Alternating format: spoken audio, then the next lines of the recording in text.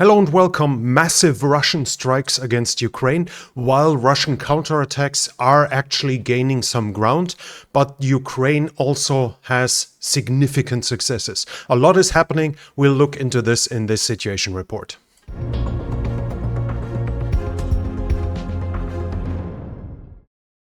We'll start with the overall situation. The Russian attacks on the Ukrainian infrastructure have massively gained speed. This seems to be, at least it's sold as a revenge for the attack on the Crimean Bridge. Odessa and Mykolaiv are among the main targets. In a first strike, Ukraine said it shot down all of the 6 Caliber missiles and 31 out of 36 Shahid drones, but the fragments of the attacks have still done damage. Now, just 9 hours ago, fresh report about an additional attack. 13 out of 16 Caliber shot down, at least according to Ukraine. The one launched H-59 shot down. 23 out of 32 Shahid shot down, but that would mean 8 H-22, 6 Onyx have reached, as well as the 9 Caliber. We have a video of one of the strikes, at least it's supposedly this.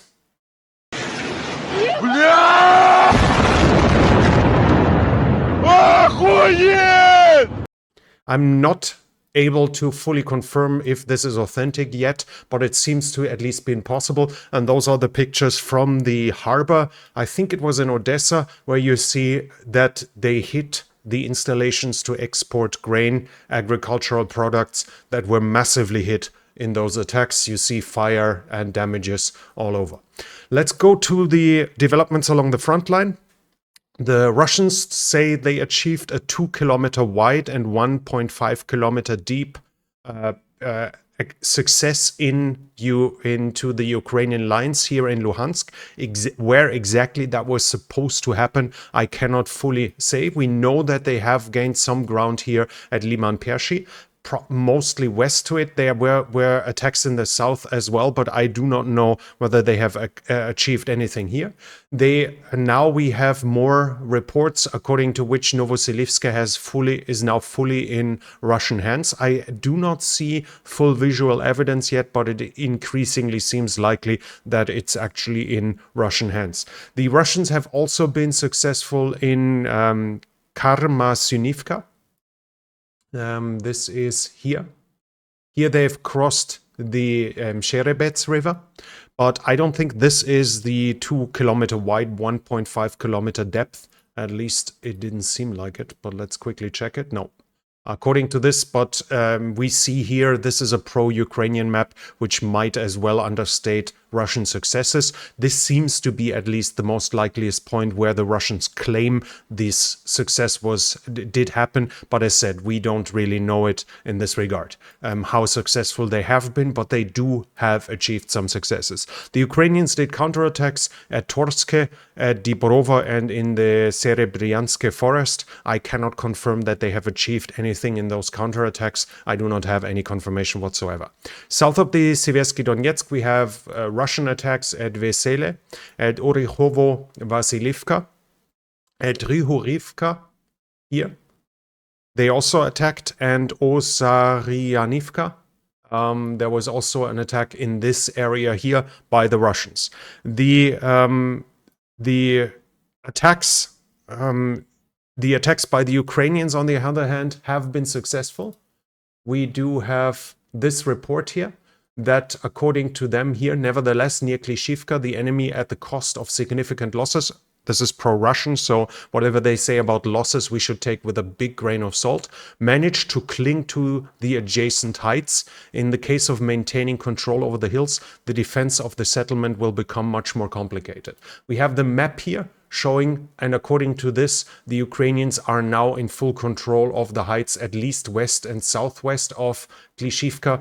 So this would more or less say this area here is in Ukrainian hands, as this map shows, which should say, unless the Russian counterattacks are successful within a very short time, they will likely have to withdraw from Klishchiivka. So after like 3 weeks, something like this, of fighting in this direction. The fall of Klishchiivka now actually seems to be fairly close. Further south, we have reports about additional Russian attacks on Avdiivka.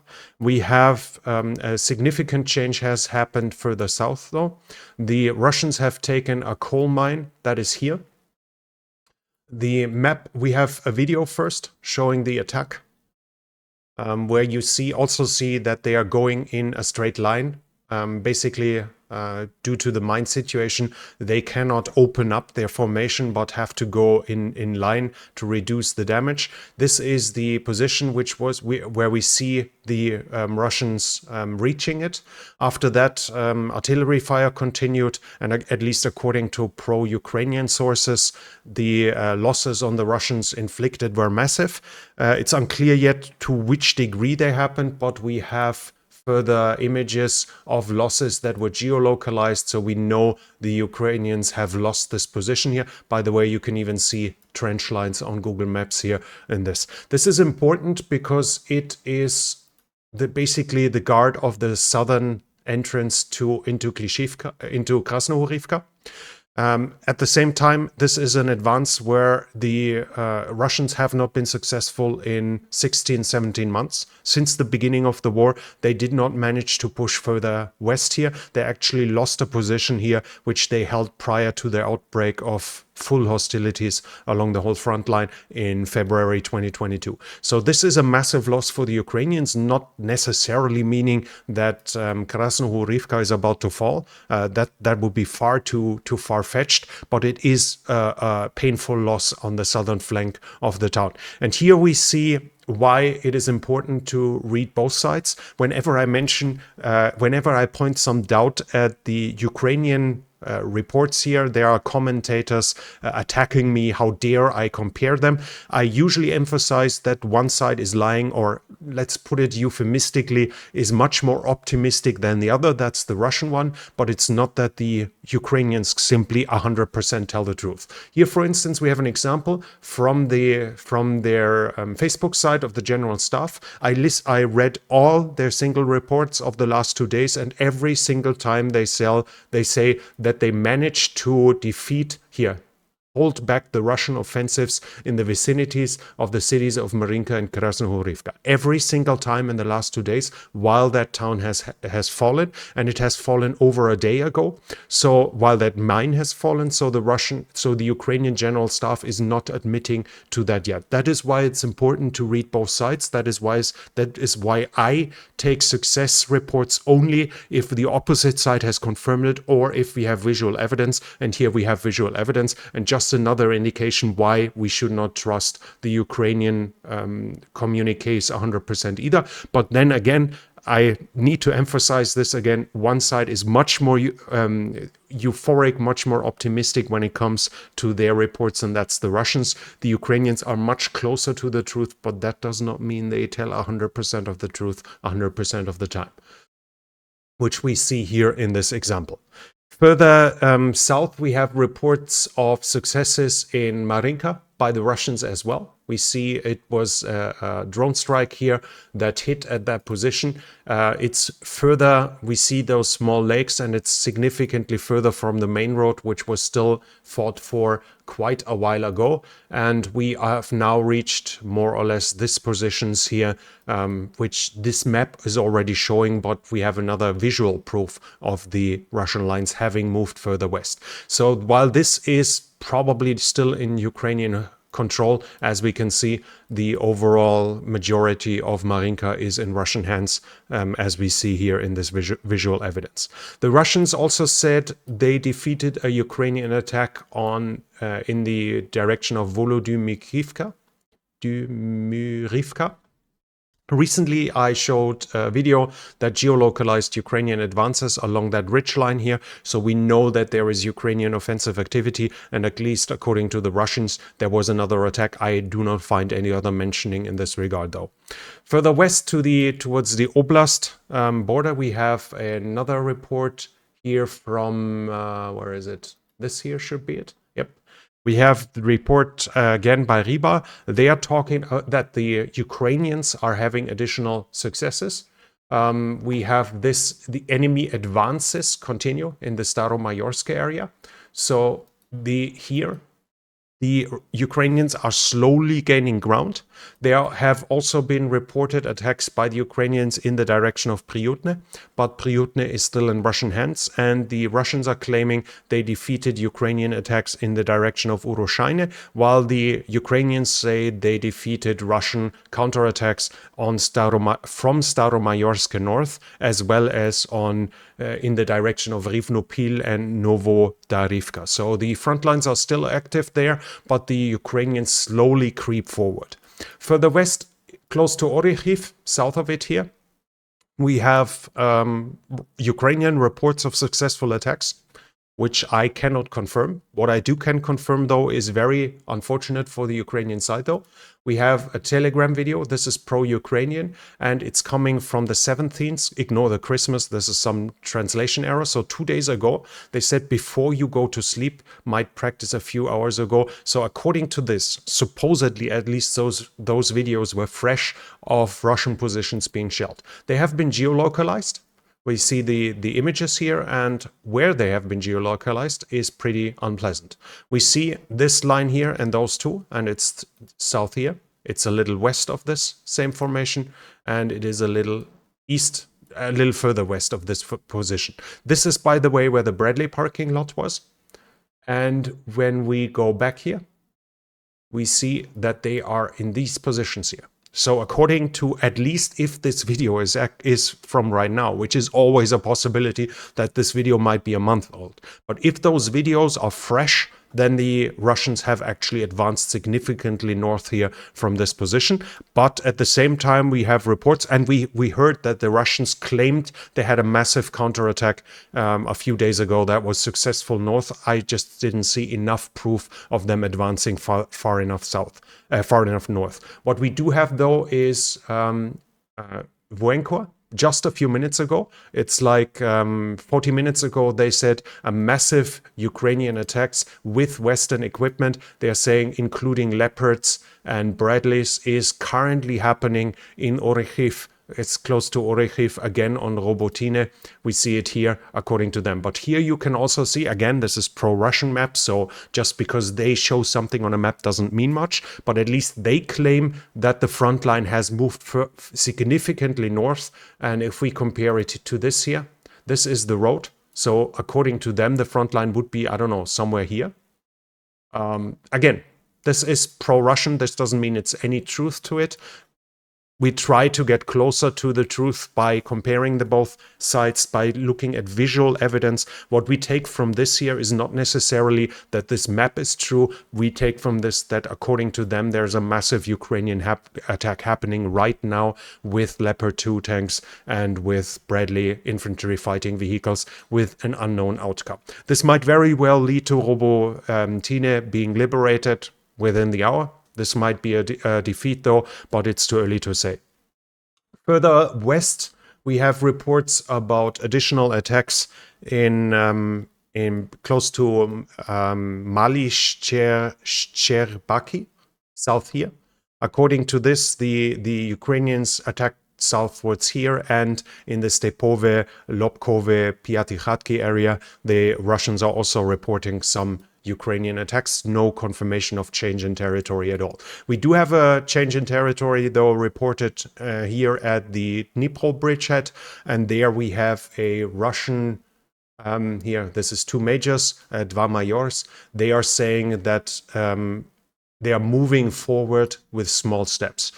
So according to them, the Ukrainians are gaining some ground in this area, but small steps. And regarding the area, that might well be that they gained a line of houses or two, but that was more or less it. But at least they have some successes here. If we talk about the overall situation, Hanna Malyar and Colonel General Sitsky talked about the positions and the fighting, and they said that additional reinforcements are coming to Bakhmut. So the Ukrainians still draw in reinforcements towards Bakhmut, which should be, at least to my estimates, the overall goal of this situation. If they liberate Bakhmut in the process, fine, but if not, it's also fine as long as they draw in enough forces here that will not be able to help the Russians at any other positions. And at the same time, they claim that the attacks here on the Kupiansk and Crimea area are mostly as a reaction to the successes in Bakhmut, basically to fix Ukrainian troops and to force them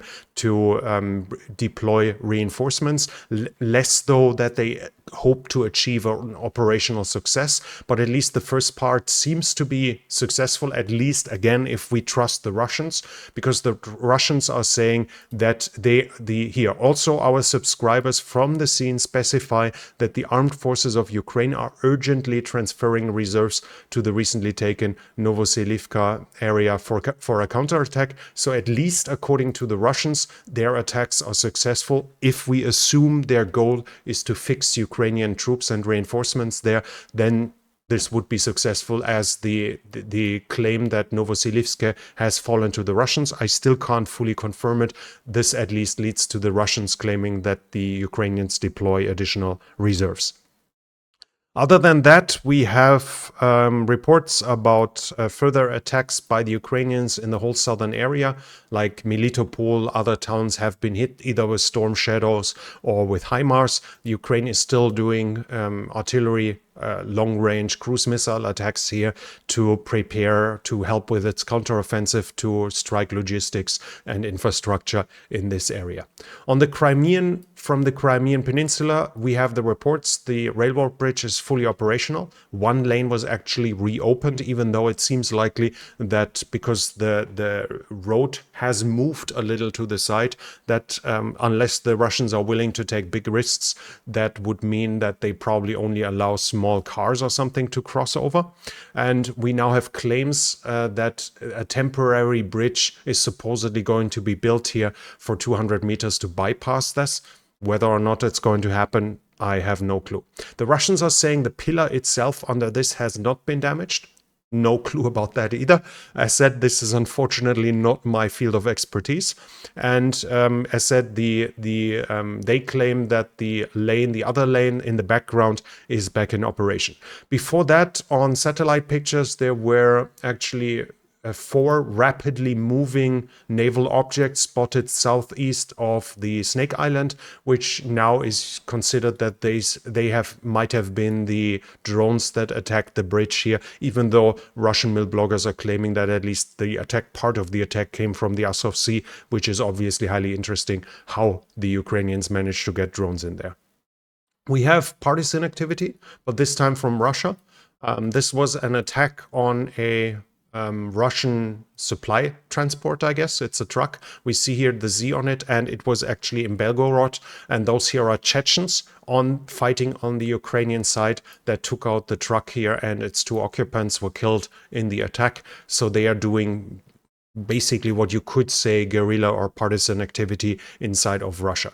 When it comes to troop generation, we have additional informations as well. Wagner forces are now arriving in Belarusia. Those are the reports, and the Russians keep preparing for additional uprisings. The Grom special forces, they are part of the drug enforcement agencies in Russia, are now being integrated into the Rosgvardia, which is the National Guard, despite them actually kind of being drug police. This is another sign that any unit that is somewhat combat capable is being consolidated into the Rosgvardia. And there is a law in preparation here by the National Duma, on the Duma, and according to that, they will be, it would allow them to, in addition to small arms and automotive equipment, the troops are armed with transport aircraft, combat transport and multi-purpose helicopters, infantry fighting vehicles, armored personnel carriers, and other armored combat vehicles, which theoretically at least could include main battle tanks. This is also individual samples of artillery weapons, which would probably say they are not supposed to have full artillery detachments, but at least to a small degree they might have artillery, basically turning them into a second army, at least when it comes to equipment. To a rough estimate, we are still not talking about air defense systems, but when it comes to fighting units on the ground, they are supposedly are going to be equipped with stuff on equal footing towards potential coup plotters or another military uprising. And we have something from Rebar here. While they are talking about the front line, we actually have that interesting tidbit here. However, regular, even continuous surges of the armed forces of Ukraine exhaust our servicemen.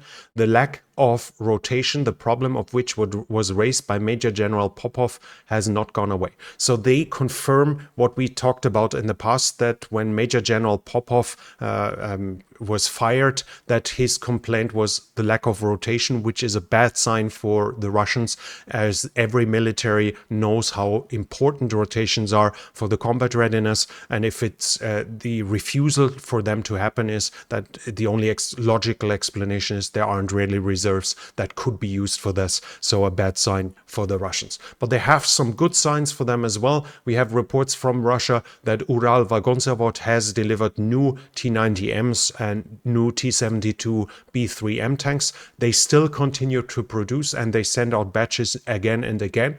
While we have to openly say that Ukraine is getting limited supplies of tanks that are mostly in stock. But so far, I do not know that there has been any production order for new tanks. We talk about the tanks from the United States, but we are talking about a handful here. I think less than 3 dozen, while at the same time there is not, to my knowledge, has there been any order for a bigger amount of new tanks for Ukraine, while the Russian military industrial complex is continuing to produce new main battle tanks. And at least according to their own claims, which have to be seen with a lot of doubt, obviously, they are saying over the past year, the company has picked up a good pace, increased production by more than 3 times. Now, this is Google translated from a Russian website, but at least according to them, they have tripled production. As said, if you want to believe this or not is up to you. And when we come to the political sphere, we have Putin has now stopped the grain transport. We saw the attacks here on the grain infrastructure here, and we have a Swiss newspaper saying that China was the nation most profiting from the grain exports. We see China here at number 1 in million tons imports. So the Chinese won't be too happy with Russia about this, as it was allowing them to feed their population at an affordable price. The Turks, there was some rumor that the Turkish Navy might escort grain ships if there is no deal, but the Turks said, nope, we're not going to do that. There seems to be no other volunteer to take the risk of being attacked by Russian naval or air forces. So it seems that there is not going to be any export of grain by a naval route. Ships are now sitting in harbor as well in Odessa. They don't dare to go out to not get sunk, which will mean that the Ukrainians will have to try to export by train and by truck, which is highly commercially unviable, and which will at the same time flood the market in Eastern Europe, which is making the farmers there extremely unhappy. So we can see some issues. I read about import bans for Ukrainian grain, etc.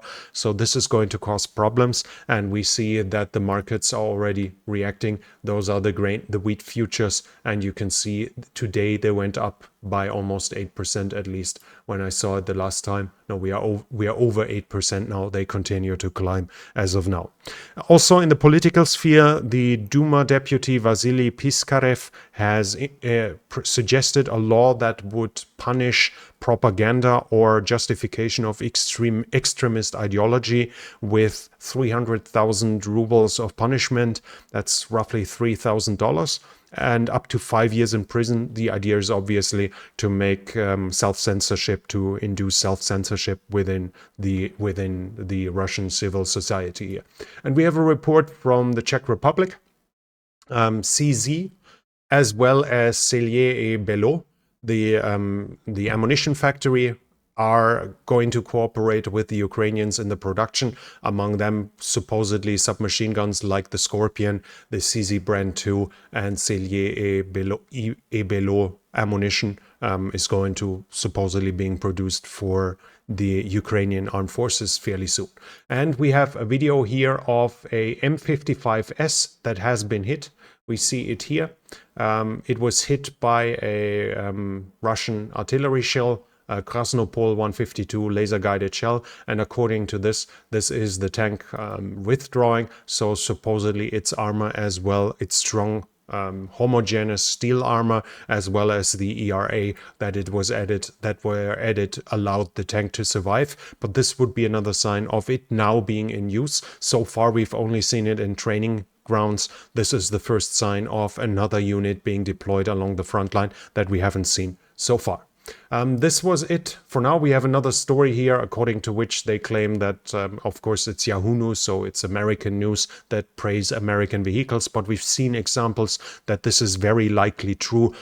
Ukrainians praising the Bradleys, that they saved their lives. We've seen videos, for instance, of the Bradley parking lot where they run on mines, and you see them all getting out of the tanks, seemingly without casualties, while their tanks have been destroyed by anti-tank mines, showing another sign that the focus on crew survivability in IFVs like the Bradley are bearing fruit, I think is the saying in this regard. That was it from me for now. I hope you find this interesting, even though I have viewers that find me too critical towards the Ukrainian side. I don't intend to run a Ukrainian propaganda channel here that is claiming to huge Ukrainian successes every day, where when you listen to read the headlines, you might think that it's just a matter of days until the Ukrainian flag is flying over the Kremlin. I try to stick as close as possible to the facts, to be as objective as possible, despite having my own sympathies, which clearly lie on the Ukrainian side. Obviously, I fail at it at times, but I try my very best to be as objective and stick as close to the truth as I possibly can. If you enjoyed this, please hit the thumbs up button, leave a comment for the algorithm. What do you think about the current developments? What are your hopes for the Ukrainian counteroffensive? Leave your comments, that can be highly interesting, and it is also great for the algorithm. And if you're new here, I would like to invite you to subscribe to the channel and hit the bell icon so you don't miss future videos. This channel here is only possible because of the support of viewers like you. If you like to support the channel, you can do so by the means in the description. Thank you very much to everyone already supporting this channel. And that's it from me for now. Thank you for watching, and I'll be back.